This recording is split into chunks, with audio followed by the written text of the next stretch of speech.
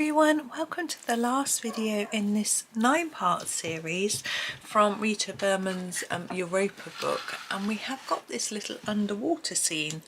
Wow, oh, there's the dogs barking outside. Here we go, the underwater scene left to do. Now I have decided what colour I'm going to do the background, so I'm going to do that first and then we can move on to other bits. I think the mint green shades are probably the best.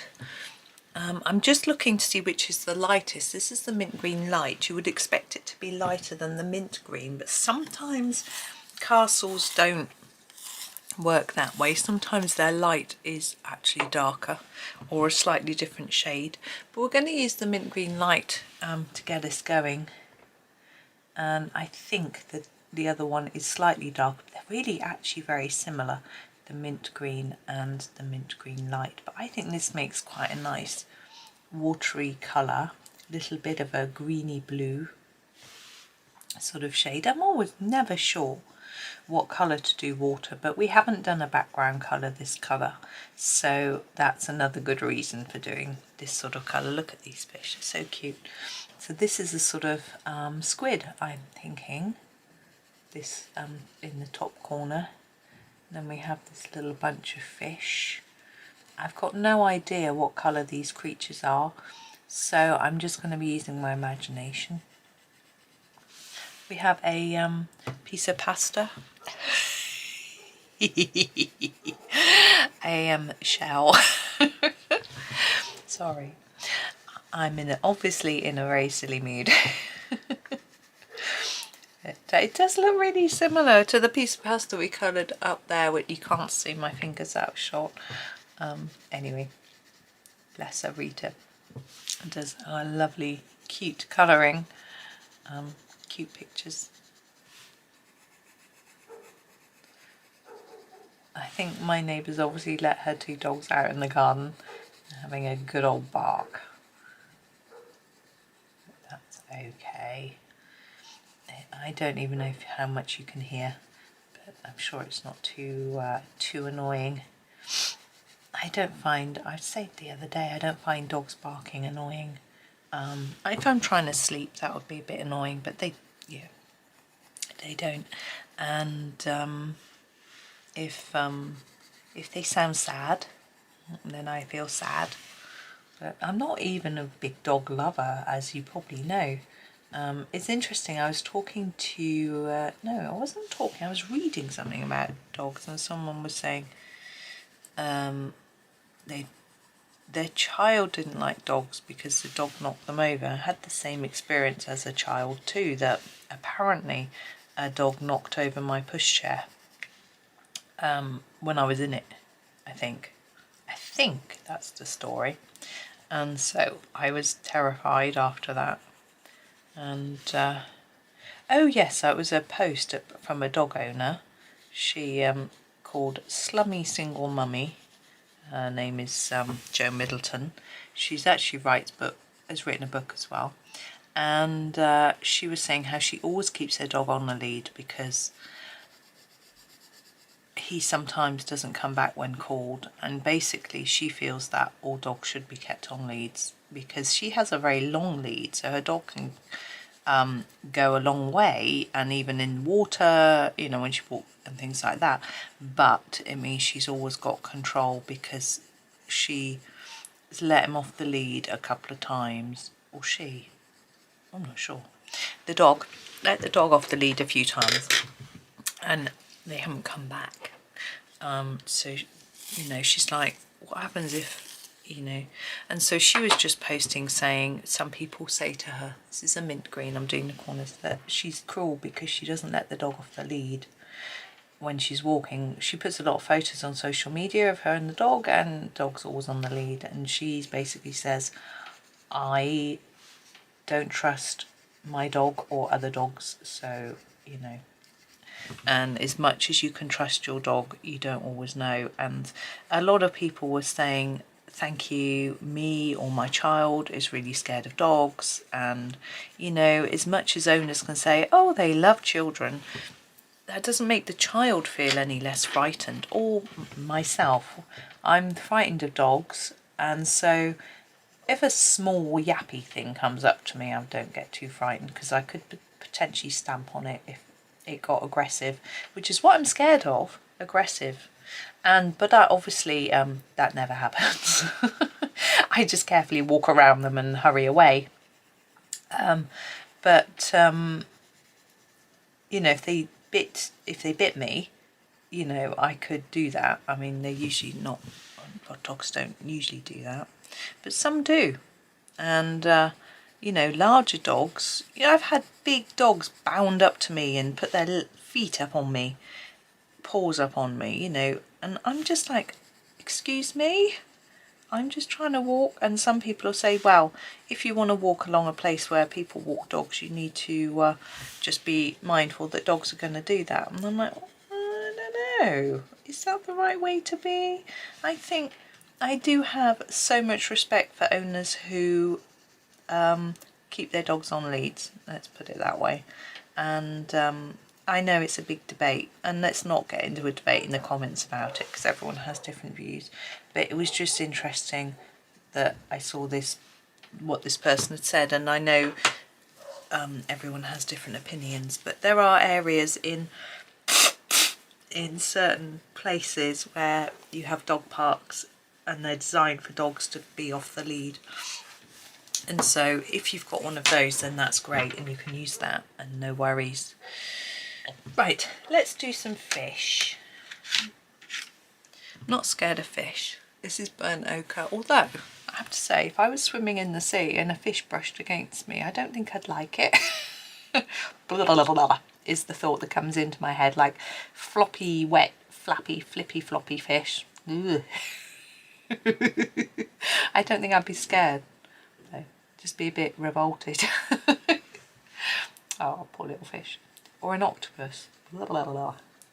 But a jellyfish. No, you don't want those, they'd sting. No, I have swum in the sea when I was in Spain. We talked about Spain last week. We don't swim in the sea in the UK unless you're very brave and hardy. It's absolutely freezing always, even in the hottest summer. I have paddled in the sea quite a long way in the UK, but not to the same extent you do when you're in Spain. Let's grab the orange lake. Yeah, but I think I'm going to leave it a bit light along that middle bit, because our fish will be shiny with his little scales. But yeah, I'm not a strong swimmer. I think that's too dark. Hang on a minute, bear with me. I'm going to go with the marigold for the main part of our fish. It needs a sharpen. No, I'm not a strong swimmer, so I don't tend to go very deep. Ooh, I think I need to resharpen. No, I would be very careful. I wouldn't go out of my depth.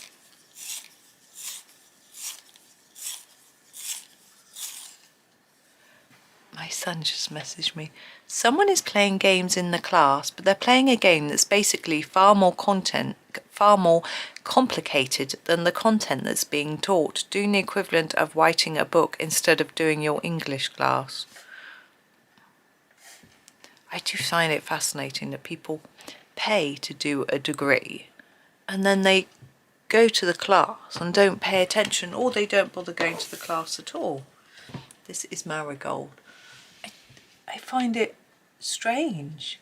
You know, when I was teaching a course and people were paying to attend, they all came and they all paid attention. They hung on my every word. You know, I mean, I wasn't teaching anything to it. I was teaching a psychology GCSE course. But, you know, I guess they may have done it before, because they're still sort of in first year doing intro stuff, but why even bother going if you, I don't know. Anyway, I quite like the idea of underwater animals being pink. I don't really know why. So I'm gonna use my Bengal rose for my shrimp. I don't know what colour they are. I could look one up, but I want him to be pink. I'm thinking, you know, he's not a shrimp. What's he? I said earlier, it's a squid. That's right, not a shrimp. A shrimp is completely different. A shrimp is like a prawn, is that right? Are they the same thing? Are they different sizes of the same thing? Was one like a crayfish? Oh, I'm so ignorant. Bengal rose deep. Whoops! My pencil decided I wanted to come back. There we go. Did you hear it rolling on the desk?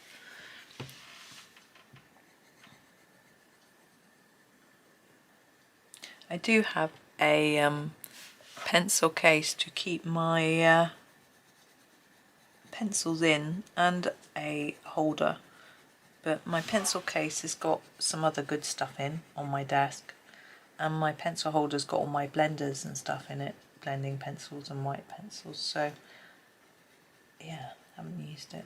There we go. I want that to be dark. I want these to be darker too, but I'm not sure if this is going to show up enough. It might. Yeah, that's good enough for me. I am going to go back over with the Bengal rose and just tidy it up a bit. I did want that to be a bit dark on the edges and lighter in the middle, but it doesn't look very neat. If I make those a bit darker on their tips, I think it will just make a bit more sense. There we go. Okay, so there's our squid. I want these fish to be purple. Who knows why? Who knows why? Let's grab one. This is the cobalt purple. It's really nice.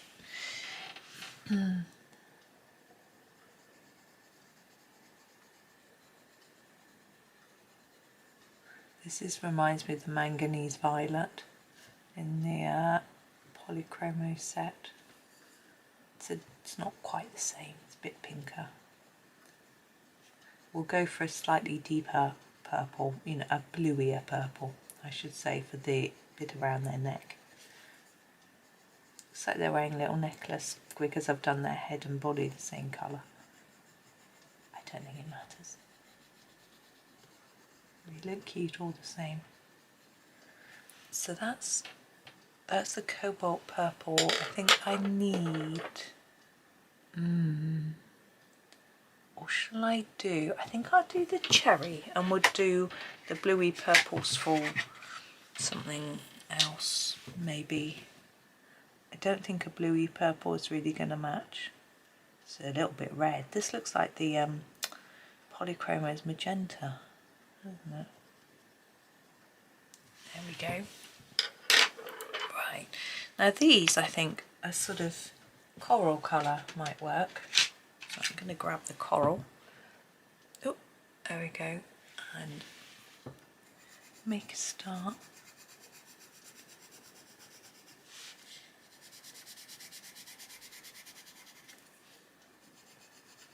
Now, I'm going to give it a sharpen and then think about, whoops, where I'm going to make it a little bit darker.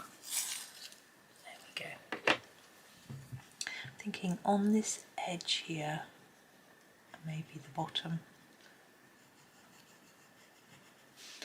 and then here, be around like that.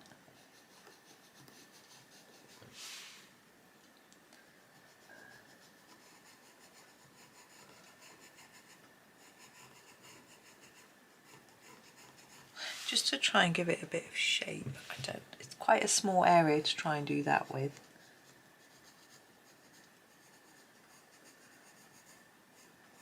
There we go.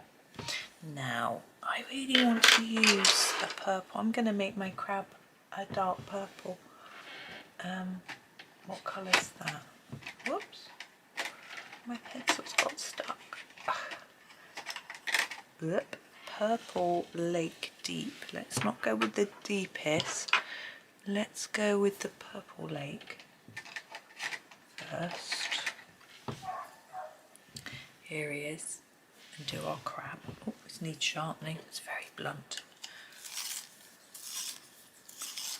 It's one of my favourites. Don't like sharpening it too much. Well, it's okay if you can buy your pencils open stock, but you can't with these. You can't buy them open stock. It's a bit tricky with castles. I do keep asking, and if you like castles and you want open stock, do go to customer services and just ask them if they do open stock. And if they say no, say, well, can you, is it something you can suggest? Because the more of us that ask, the more likely it is to happen, because they'll figure out that we want it. I don't know whether there's something in the way their production process which makes it too expensive to do open stock. I could guess sending out single pencils is a lot more labour intensive than just doing full packs, maybe. I don't know. This is the great purple crab, you know, those. Right, I'm just putting a base colour down. It's a bit messy. There we go. And now I'm going to grab the Purple Lake Deep and do a bit of darker colour. So firstly, around the edge of this main part. Just going to hold the page down a little bit.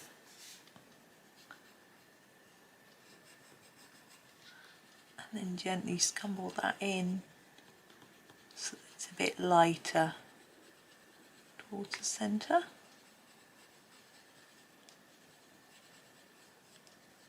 There we go. And then I'm thinking that bit in there and that bit in there, maybe just on that edge.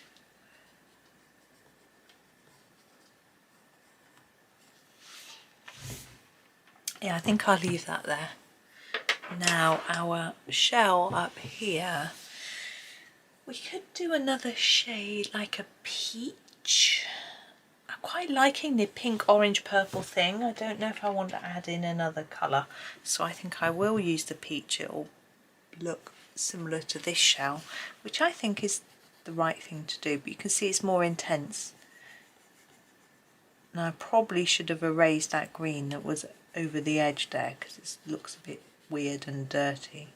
I'm trying to go a bit darker on the edge.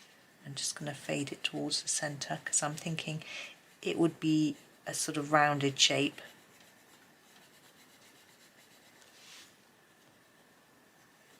So it might catch the light across the middle. That's quite a nice colour. There we go. Now I'm just thinking about white pen. I'd quite like to put a bit of white pen in places, but I'm really scared because the colours I've used are likely to bleed into it. I'm going to have a go anyway and be brave. So this is my Jelly Roll 10. So I'm going to use a little bit here. That should be okay. A dot in the centre of each of these, and these will probably go neon pink. These probably will too. The back of this fish here. A bit on our crab, like that. There, these have gone pink. I don't want to put anything on those. That look, it's so pale, it's barely shown up. Maybe I'll just put a bit on that side, because we've got those dots and they show up. I don't want to cover them over. There, I think I am done. And realise I haven't done the eyes of the squid. I want them white. I think they look fun. I think they look really funny, actually. Right, let's come out. You can see the whole page and we'll be done. So thank you to all of you that have watched all of the videos in the series, and to you, those of you that have coloured along. Let's just take that out. Okay. There. So yes, I hope that was good for you. A little bit different from a different book. Yes, so thank you so much. Please do like, subscribe, comment, that sort of thing. Thank you for watching. Hoping you have a really lovely day and happy colouring.